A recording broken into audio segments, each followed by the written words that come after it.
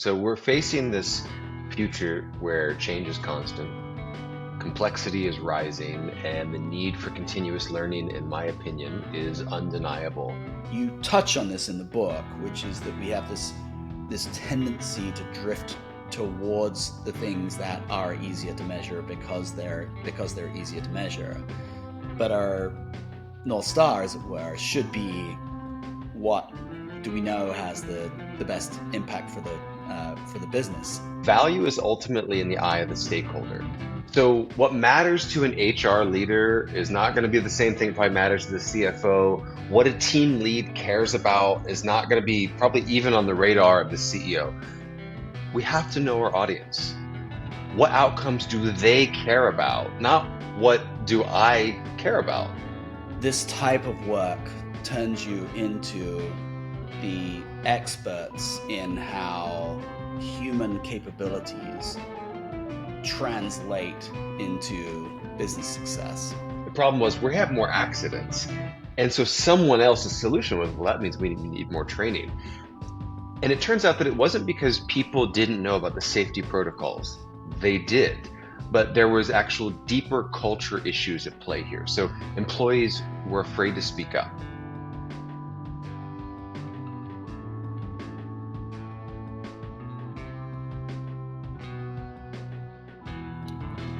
All right, so welcome to something that we're going to be doing fairly regularly now again on the Humanity Working podcast, which is a series of longer form interviews. For those of you that are new to the podcast, you'll know that we do kind of normal, like 10-minute mini pods, and then occasionally we've done deeper dives. Well, I'm really delighted to say that we're going to go back and do some more of these deeper dives now over the course of the next few weeks and months. And I want to start that off with a topic that many of you have spoken to me about, I would say, over the course of the last 6 months or a year. As you'll know, we have a lot of people who listen to the podcast who will know that we focus a lot on how to grow humans and make them central to the success of organizations. But what we're hearing back from you a lot is that people are frustrated. They're seeing that organizations are not invested in this. And this is something I wanted to go deeper on, and who better to do that with than Dr. Keith Keating. Keith is the workforce futurist and chief learning officer for BDO. He's previously written an award-winning learning development practitioner's guide called The Trusted Learning Advisor. And he has a new book just out this week, which Keith was good enough to send me an advance copy of, called Hidden Value: How to Reveal the Impact of Organizational Learning. Keith's a respected industry author and sought after keynote speaker, and he really champions lifelong learning as the pathway to seize control of a career trajectory. That's something that we'll definitely touch on a little bit today. He's also an advocate for talent management, and he uses his platform to emphasize human talent as the cornerstone for organizational success, which is something we passionately believe in on this podcast. So it's great to have him on, and welcome to the podcast, Keith. Thank you so much. Pleasure to be here. All right. I mentioned that we've been hearing a lot from both from people who listen to this podcast and then also people that we work with directly, that is really centered around two themes simultaneously happening. One, that the world of work is changing really rapidly, and employees and companies are not really prepared for that. But while that is happening, learning and development leaders are getting their budgets cut in many cases, and they're seeing layoffs. We've seen examples of that literally over the course of the last month or two. So on the surface, these things seem to directly conflict with each other. There's this apparently greater need, and the people that can fulfill that need are being laid off. So what do you think is going on? It's a bit of a paradox, absolutely. So we're facing this future where change is constant, complexity is rising, and the need for continuous learning, in my opinion, is undeniable. In fact, in the 1960s, Professor Reginald Revens, he coined the term action learning, which means you learn by doing. But he Hmm. also gave us something else, and he gave us this quote, and it's called Revan's Law.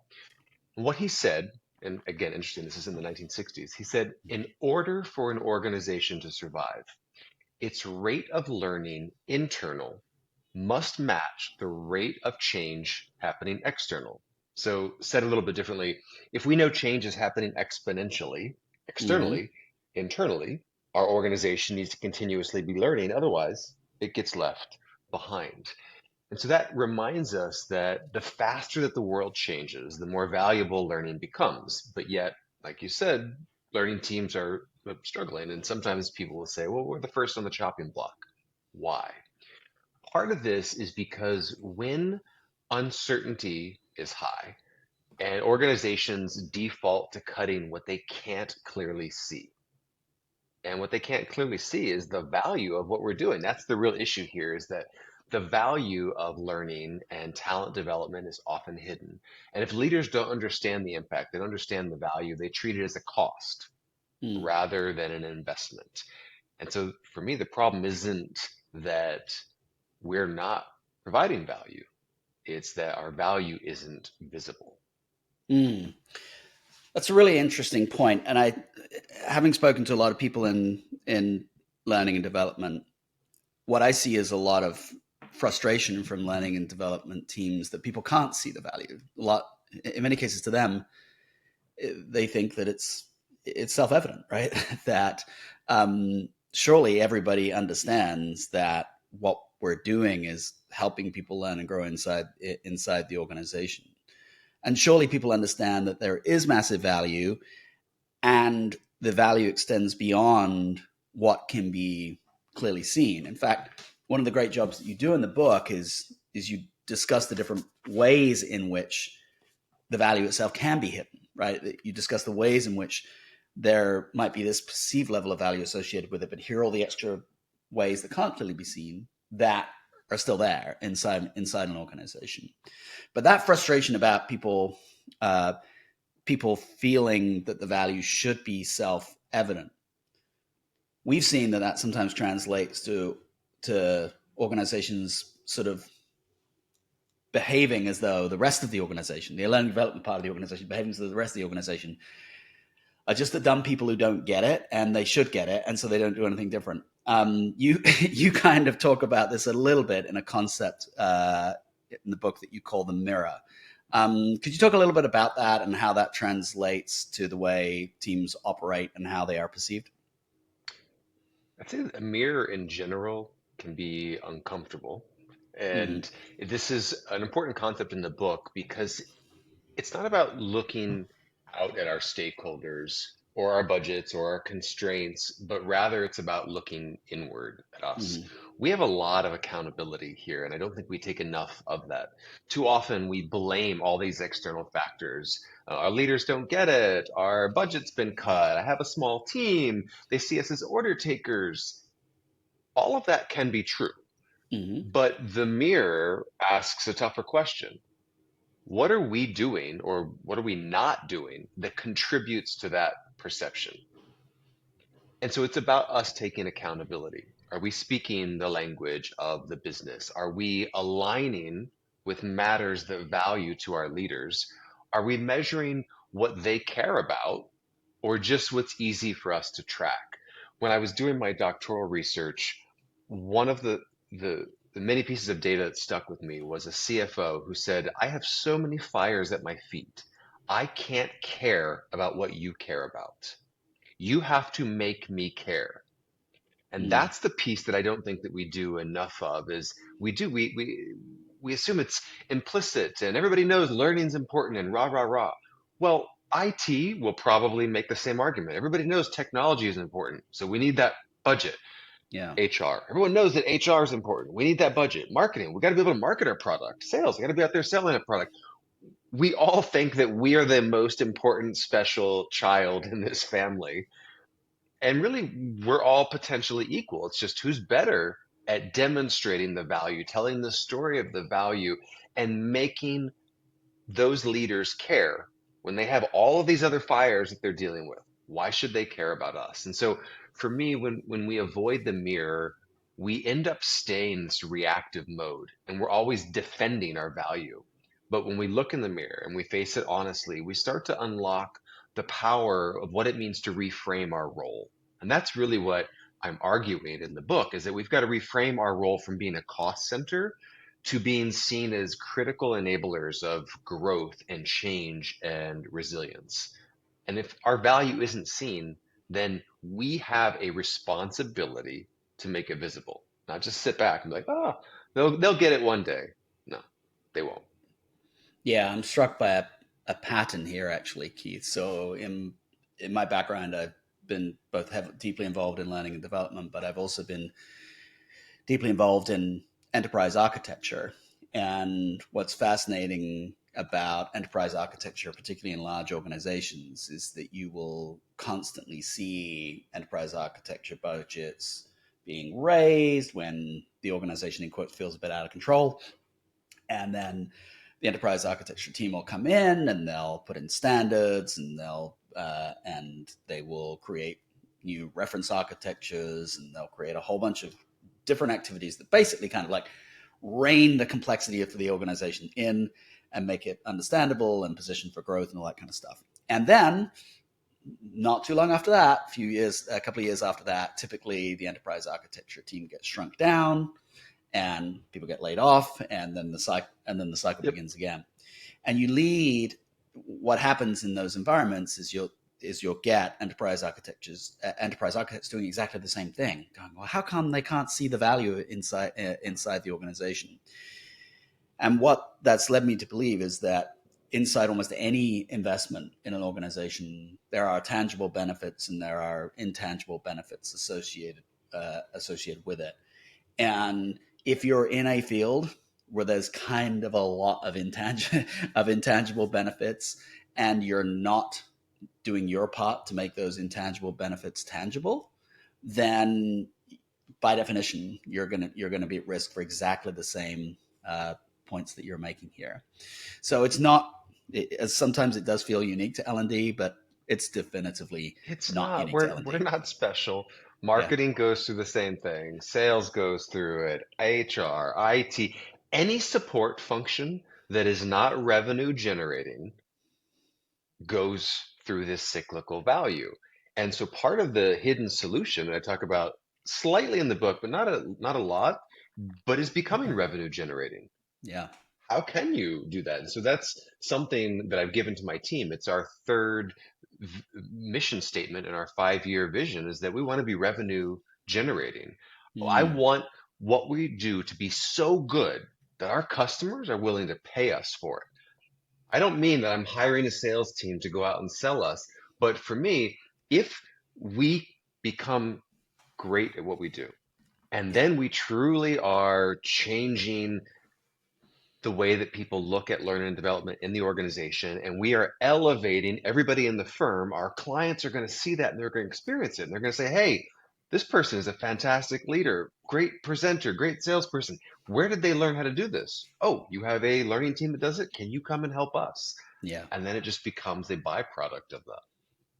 Makes perfect sense. So that actually leads me into the sort of second line of questioning that I wanted to go into here, which is there's this idea of displaying the value and showing the value that you create. But of course, in order to be able to do that, you've got to create maximum value in the first place. So um, there's a story you tell about Sarah in your book who's asked to provide safety training. I think it beautifully illustrates the difference between being an order taker and providing actual strategic value. So, can you share that example for our audience? Yeah, this is just a good example of what it looks like when L&D shifts from being a transactional function to a strategic business partner. So she was initially asked to deliver just a basic training program. And most of us know this is how it goes. Mm-hmm. You get a request, and sometimes we call it an order, and you build this course, this program, you deliver it, you check the box when you're finished. But instead of just doing that, Sarah went at it differently. She Mm-hmm. paused, got curious, which is something that we don't focus enough on, in my opinion. And instead of just asking, what content do you want in this? It was, what problem are we trying to solve? And what she ended up uncovering was pretty powerful that in this specific organization, they were experiencing a workplace accident spike increase. And so that was the problem. The problem was we have more accidents. And so someone else's solution was, well, that means we need more training. And it turns out that it wasn't because people didn't know about the safety protocols. They did. But there was actual deeper culture issues at play here. So employees were afraid to speak up. There was a lack of trust between teams and supervisors. So more training on these rules wouldn't have solved the root issue. So instead, she spent time focusing with stakeholders to create a completely different intervention. And it was the focus on psychological safety and open communication and empowerment. And as a result of this, in the end, incidents went down, but also the morale and the collaboration improved. And so that's just a great example that if you had looked at the value, yes, the incidence went down, but we also have these other value outputs that we weren't necessarily looking at that increase. And so that's what value creation looks like. It's not about saying yes to every request that comes up. It's about stepping back, diagnosing the real need that's in front of us, and then designing solutions that drive meaningful outcome. And at the end of the day, for me, it just the reminder in my head is our job is not to build courses. Yeah. Our job is to solve problems. Yeah. And by the You way, know, I'm Sarah. I just didn't want to constantly use myself. So it's like, give different experiences. yeah. But Sarah did a really good job. I'm happy with Sarah. Good. Excellent. Um, there's a paradox here again, which I've got to say, Keith, I find I do find fascinating, um, which is that we're in this field of literally helping people learn and grow. And one of the things that we know, and we've known for decades at this point, is that if you're on the side of the learner, as it were, then the biggest superpower you can have is a form of intellectual curiosity, right? In other words, very simply put, if you like to learn, you're going to be a better learner. If you like to grow, you're going to grow better. And this is framed in various different ways, and growth mindset being one of them, and all this kind of stuff. But the most interesting thing is that if you spend a lot of time in this field, the degree to which people in the field have positioned themselves in their own minds as the people that dispense information and dispense learning versus learning themselves. There's quite a lot of that, right? There's quite a lot of people who are like, no, I'm the person who I'm tells other good. people, yeah, I'm the person who tells other people what they should be doing, but I'm not the person to learn. And of course, the problem with that is exactly what you're talking about, right? Making assumptions that you know what the solutions are, right? Not learning from what you do. And I think about like the work that we do in my company. The day things flipped for us was when we started shifting the degree to which we were learning from our students versus dispensing information to our students. So that's why I love your story, because Sarah, you is developing a deeper understanding from the very people that have the problem. And we do that so infrequently. And the moment that you do it, you make that jump from being highly tactical to strategic, and you're finding a path to value. It's a huge game changer, and it's very simple. Qualitative versus quantitative research. We Mm, spend the majority of our time on the quantitative, on the numbers, something that's can go in a pretty Excel spreadsheet. We do not spend enough time out with our learners, just talking with them to understand what problems do you have? What's yeah, keeping you from being successful in your job? That is a much more important question than tell me about, learning experience, or I don't even like to use the word learning. My question to them is, what's keeping you from being successful? What's the biggest struggle you have right now? yeah, Most of what we uncover, no, we can't fix with just a course. But what we're tapping into is A, that relationship with them, B, learning more about the business. And at minimum, I can take this information, I can use ChatGPT or whatever your Gen AI tool is of choice. I can repackage it and then give it back to my stakeholder. And I can Mm, say to them, hey, just want to let you know, I spent some time talking with our learners, uncovered these three problems. I can't solve these with a learning program, but I can at least bring it to you to let you know your frontline workers are struggling with this. yeah. And by the way, I did spend some time talking to this other service line. They're struggling as well. So maybe you and you can meet and solve this problem. And I'm here to help you along the way. That starts to position us differently from being an order taker to just being somebody who knows the business and who's trying to solve problems. Yeah, and has unique insights into the business that a lot of other parts of the business don't have, which brings us pretty neatly to the thing you refer to as the value creation compass in your book, and really what I took from it is four distinct, sometimes connected areas where L&D should be having some form of measurable impact. All right. For those of you that are watching on YouTube, it's being shown on the screen there by Keith. And so, why don't you briefly talk us through what those areas are? Because I think for people that are in the mindset of like, oh, I offer this program, I offer this program, I offer this program, they might be a little bit unusual. Yeah, it's taking a step back from that mindset. And so this is one of the core frameworks in the book. And I created it to help us expand how we think about impact. Too often we limit ourselves in these narrow metrics like course completion or satisfaction score, or even the more complicated ROI. Mm-hmm. But in reality, we create value in multiple directions simultaneously. There's not just one. My goal is for us to be able to turn in any direction at any moment and be able to find where there may be value that we're creating. And so, of course, the compass has four cardinal directions. Same here. North is about empowering people. And for me, that was the true north because people are at the core of everything that we do. That means we need to be focusing on leadership development, on reskilling, upskilling, second skilling, whatever version of skilling you want, employee engagement. You said at the beginning, it's about helping people grow. It's about Mm-hmm. unlocking potential. And are we helping our people grow? And are we closing these skill gaps? And so again, North is focusing on empowering people. East is about driving business growth. This is what executives care about first. Yes, they know learning is important and all of that, but what we care about is growing the business. If we're not growing the business may not be able to stay as a business. That's the ultimate goal is growing. So it's about us supporting that. Are we enabling innovation? Are we increasing revenue? Are we improving efficiency? Are we accelerating time to market with new products? We have a direct role that we can play in there when we're training teams on new systems, on sales enablement, on operational agility. We're driving growth. But these aren't language terms that we're used to necessarily. Then there's South, which is building organizational resilience. And what I mean by that is change is happening exponentially. We've Mm-hmm. got that. That means that our organizations constantly need to be changing. We are ripe to support that. This is about adaptability. It's about change readiness. It's about cultural alignment.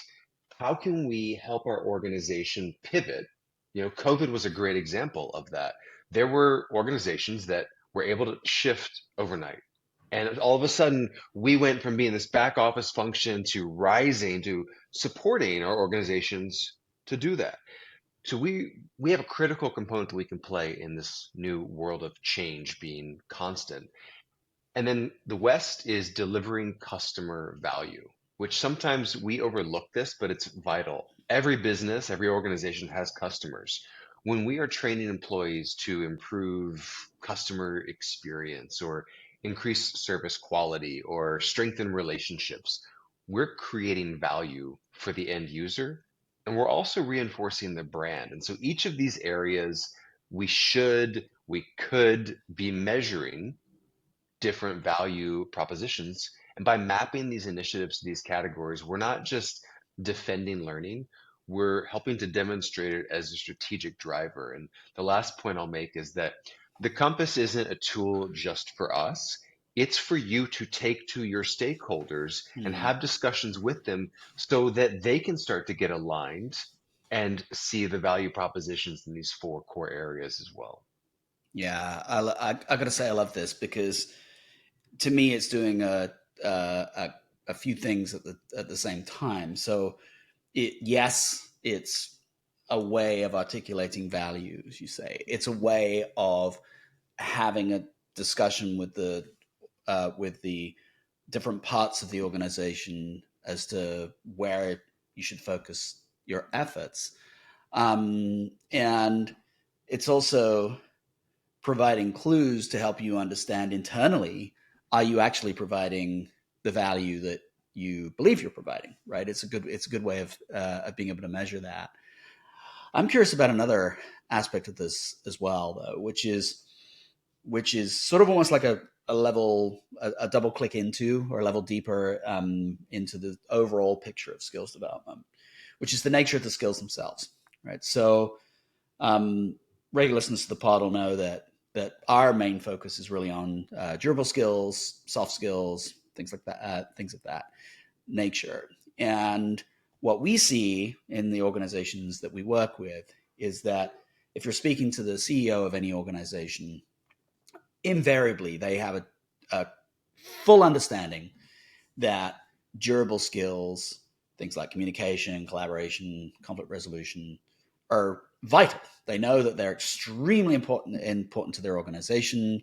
They might even hire or fire leaders in their executive team based on whether those things are strong or not, and they'll have dedicated, highly expensive leadership training for those people in their own team. So they have a good understanding that these things are really really important. But at the same time, they and the other people inside their organization find those specific skills harder to measure than things like job specific skills, right? An engineer has to be trained to be an engineer, right? Or regulatory compliance training is absolutely required inside your organization. And so that challenge of the relative difficulty of measuring certain types of training versus other types of training, where the durable skills training may be as or more important, but just more difficult to measure, can create challenges inside organizations. And I think your compass really helps here because it helps quantify some of those things, and it helps tie those things directly to business outcomes.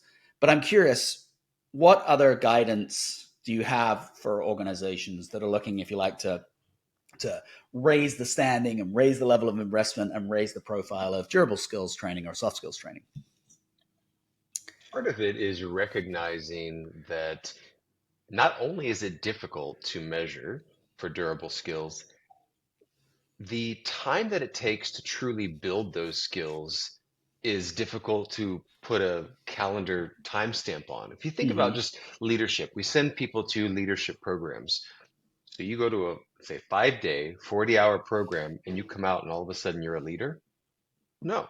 You're planting seeds that are going to germinate, grow, hopefully that you're nurturing because you have a growth mindset and you're continuing to build on these versus a technical skill where you Mm-hmm. go through and you're learning a new trade, you're learning something that you can kind of, it's tangible. I can go and I can apply this immediately. Huge issue. So here's what I encourage organizations to think about. Instead of asking, can we measure this skill directly? Ask, can we measure the outcome of this skill? What Mm-hmm. is the outcome that this skill is enabling? So conflict resolution, for example, you might not be able to really directly measure someone's competency in this, but you can measure team retention rates. Yeah. You can measure frequency or severity of escalations. You can measure employee engagement in high conflict units. You can measure customer satisfaction. If there's like an internal misalignment, there are deeper aspects of the durable skills and the outputs of them that we need to take a look at. And communication, another one. Communication, you might look at how does it correlate with project delays or the Mm-hmm. number of project reworks or cross-functional scores or leadership effectiveness rating. there's a lot of other ways that we can be measuring. And honestly, this is where Gen AI comes in. And Gen AI is way smarter than I'll ever be. And so it's starting to take a look at, if you have a list of these are the 5 ways that I'm measuring today, put it into Gen AI, ask Gen AI to look for correlations between other outputs from these skills and how you might be able to measure it. The key is ultimately connecting the dots between the skill and the business pain or problem that it's alleviating. That connection. We can't just have skills over here in one category and say by themselves, this is solving the problem without connecting it to the business problem that we're trying to ultimately solve. And that's where I'm hopeful that the compass is helpful, that it gives you these different dimensions where you can explore the connections. Are we improving resilience? Are we empowering people? Are we delivering customer value? And one word of encouragement I would share, a few words, is that just because it's harder to measure doesn't mean that it's less valuable. Yeah. It means that it's probably more strategic, more systemic, and we have to work harder. And sometimes we have to be more creative in this to make the case. So my advice is pick 1 or 2 high impact, durable skills, align them with a real business problem, define a couple of proxy metrics, and then run a pilot and tell that story loudly, clearly, succinctly, have other people tell that story. That's when you make the invisible visible. That's so important.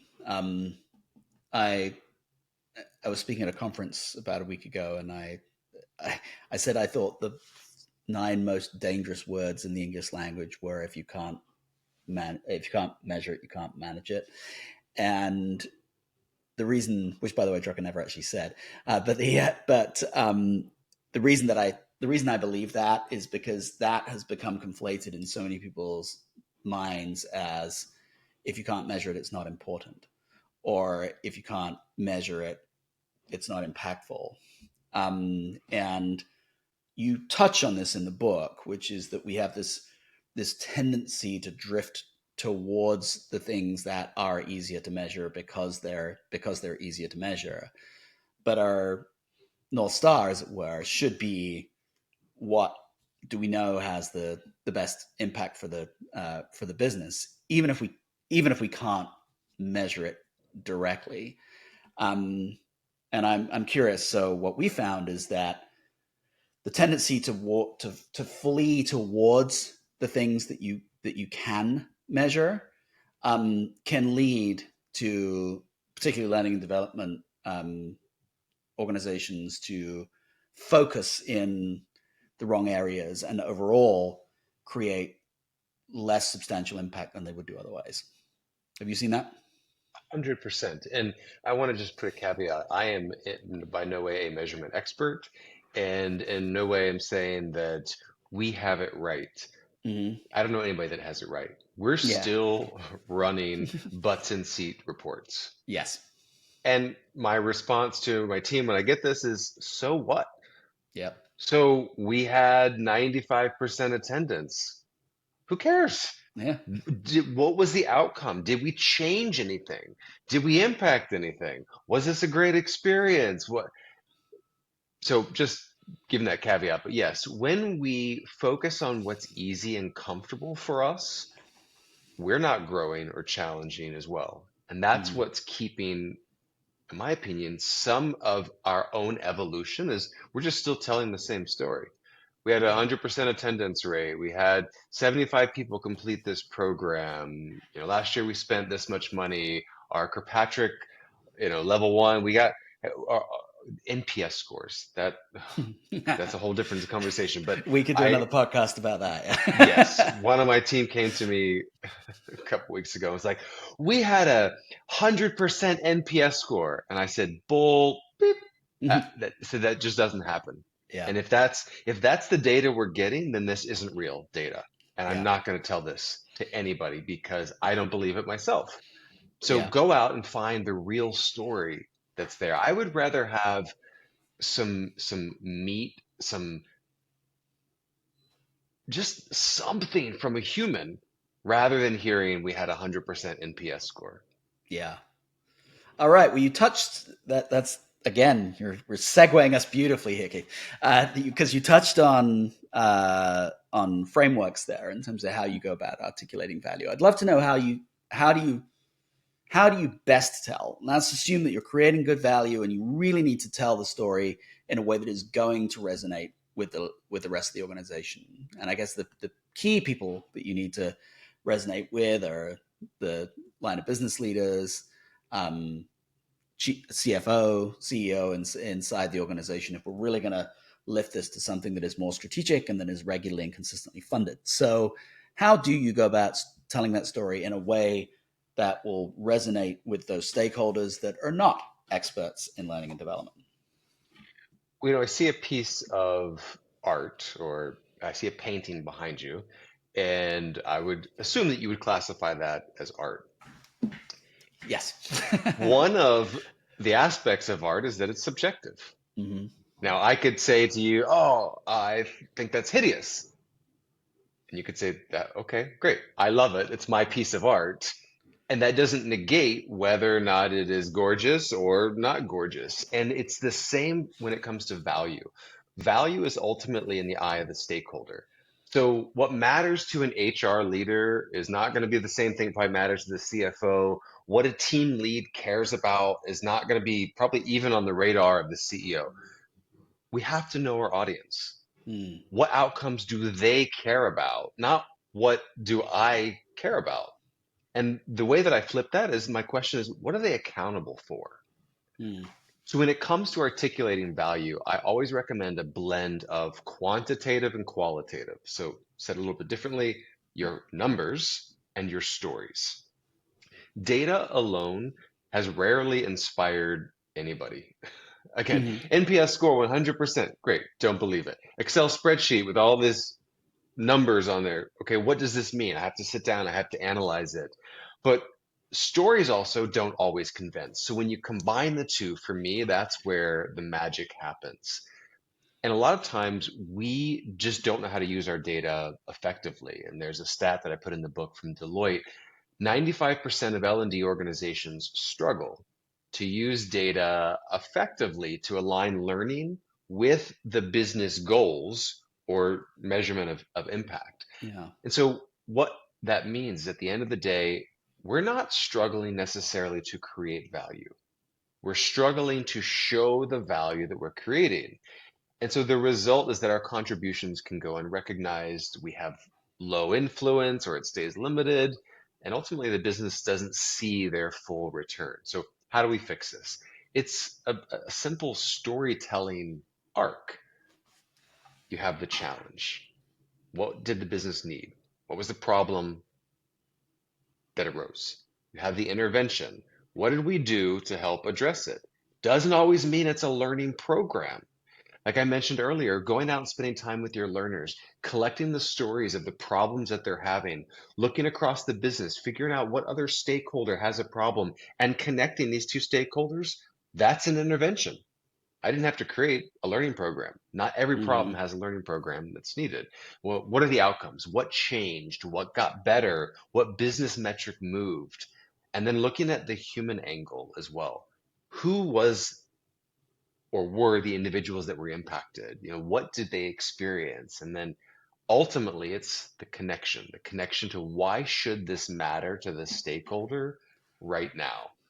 And so it's not about, again, Excel reports, it's about creating a narrative that's backed by evidence that shows that learning is not just a luxury, Mm-hmm. it is a lever that can be pulled to have business impact.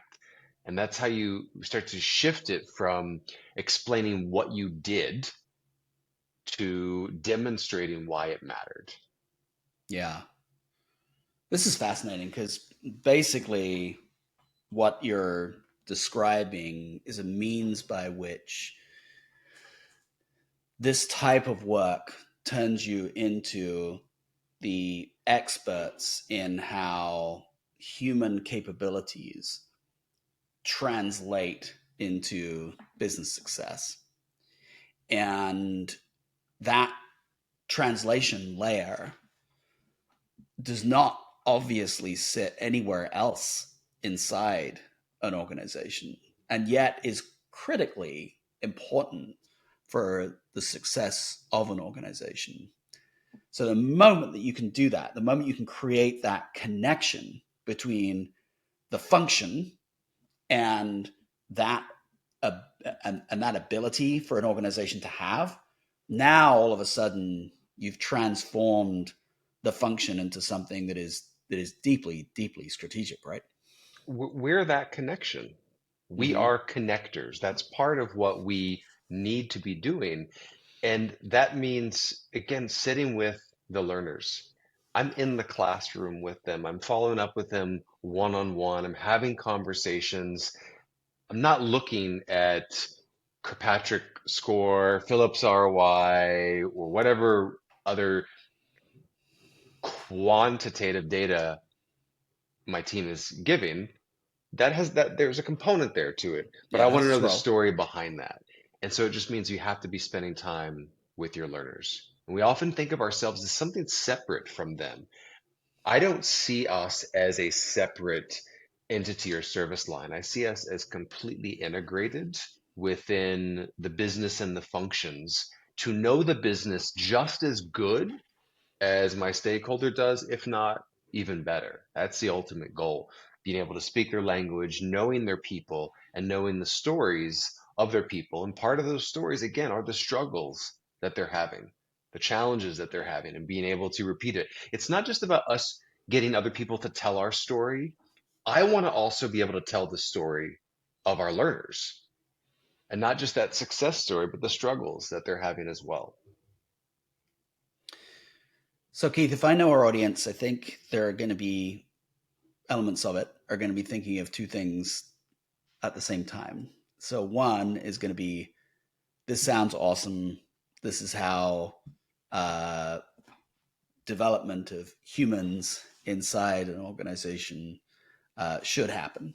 And whether they're learners, employees that are looking to learn and grow, they'll be taking away some stuff from this discussion. Or if they're involved in helping people learn and grow inside the organization, they'll be taking something away.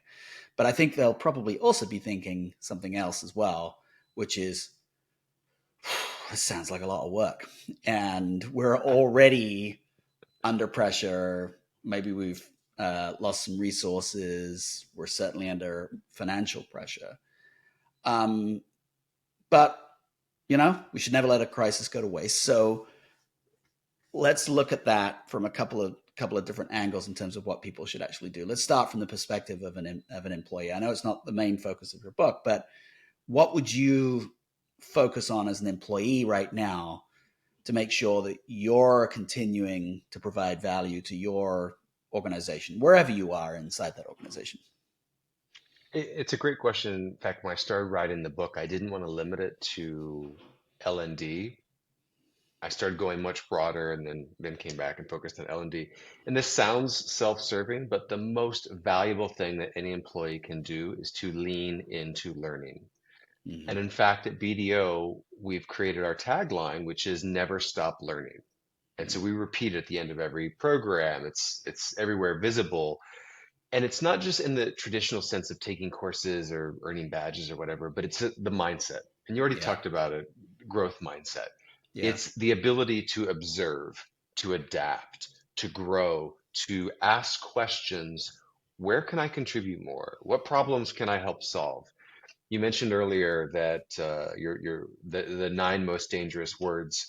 For me, the three most dangerous words in any organization is not my job. Mm, The minute you say that, you are sending so many signals. I have closed mindset.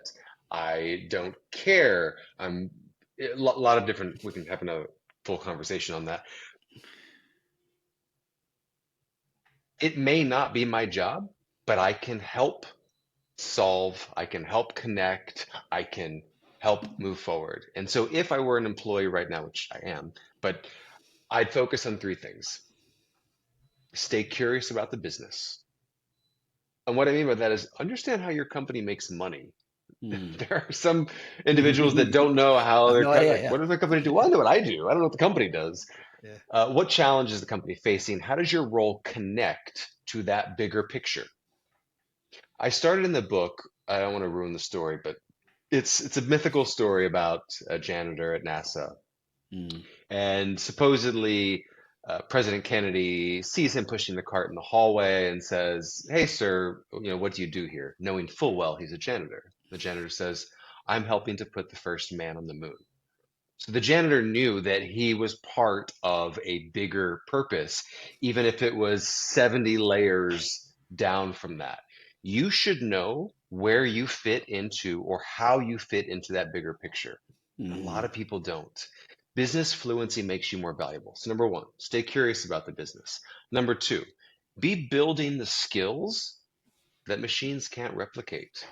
Mm. Gen AI is way smarter than I'm ever going to be. And for me, what that means is I believe we're evolving from a skills economy to a value economy. Mm. This device in my hand, again, smarter than I will ever be. So why would I ever try to compete with ChatGPT at this point? Instead, I need to figure out how ChatGPT is going to make me better at what I do, or Gen AI is going to make me better so that I can continue to drive more value. Knowledge, skills, life expect or skill, shelf life expectancy, all that is decreasing, blah blah blah. We hear the same thing. And so again, for me, it's moving to a value economy. How can I create value for my firm? And part of that is about the skills that machines can't replicate. And then I would say the third is being solution oriented. I don't call myself an L&D practitioner. If we met on the street and you said, "Hey, what do you do?" I wouldn't say I'm an L&D. I would tell you I'm a problem solver. Mm. I happen to use learning as a way to solve problems. Businesses, organizations, firms are going to always have problems. The people who stay employed are the ones that are just focusing on solving those problems. And part of that means you don't have that not my job mindset. You don't have this mindset of I'm inside this box and this job title defines me. We are Mm. so much more than our job titles. And so if we just break past that, it's being solution oriented so that we're constantly solving problems. There's value in what you do. You just have to dive in to figure out what is that value that you're providing and make sure that you're sharing that value with others so that they're aware of that as well. So I know that was a lot. No, Sorry. it was a lot, but it was a good lot. Right, you talk about not my job, but what if learning and development is your job, and you're in one of those situations that we've talked about, right? The budget has been cut, you've lost some colleagues, you're deeply stuck in this order taking mode. We hear that a lot, and we hear that they'll the mode, unsurprisingly, is keep your head down, better times ahead. We can have these kind of like more strategic conversations at some point in the future. But I get a sense from talking to you and from reading the book that you think that's probably not the best strategy. So if you are in that situation, how do you go about resetting the conversation? First of all, I want to just give another caveat that I don't have and I'm not in the perfect L&D function. I don't think that exists. Yeah. And specifically, what is important for listeners to remember is think about a doctor, a nurse, a dentist. There is not one single day that they're going to wake up and not have a problem to solve. Yeah. And it feels like we often forget that and we're waiting for this moment where we're not needed and not being told that there are orders or problems to solve.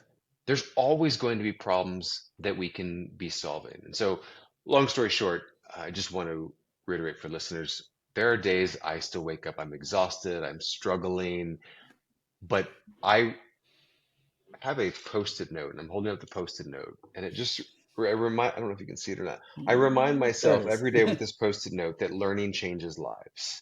Yeah. That's what we do. Like the janitor putting the first space individual on the moon, we change lives with learning. So we're often overworked, underfunded, small teams might be treated as an order taker.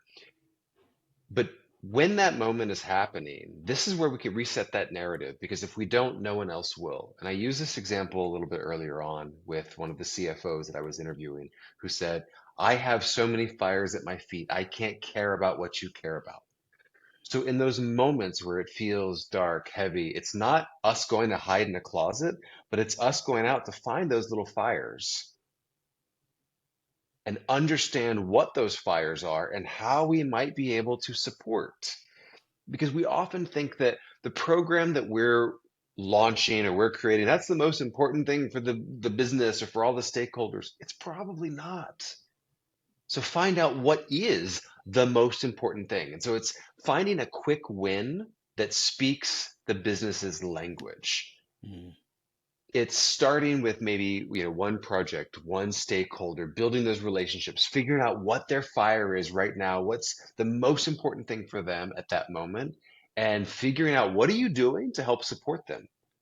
And if you're not doing anything to help support them, that means you need to pivot and now help support them, because whatever your earlier priorities were need to change. And that's one of the challenges. I see a lot of L&D functions. They'll create their learning strategy at the beginning of the year and they're like, okay, great, this is our marching orders for the next 12 months. Nothing stays static for 12 months anymore. We are constantly revisiting our strategy by looking at, has the business shifted? Has the world shifted? I mean, we've got what? Tariffs now. We've got border issues. We've got just things that weren't even on the radar 6, 8 months ago, which means we've got to constantly be pivoting. Change is our new normal. And so it's just being able to stay connected with your stakeholder, find their little fires, and help them put them out. That's how you're going to win. And change people's lives. Awesome. Thank you so much for joining us today. Dr. Keith Keating, once again, the book is Hidden Value, How to Reveal the Impact of Organizational Learning. Go get it. It is out this week. So I would recommend it thoroughly to, yes, anybody that's in the business of learning and development, but really anybody who is struggling with being able to articulate value well. Whatever organization you're in, you're going to get some really interesting learning moments from reading the book. So thanks once again, Keith. Really appreciate your time today. My pleasure. Thanks for having me on.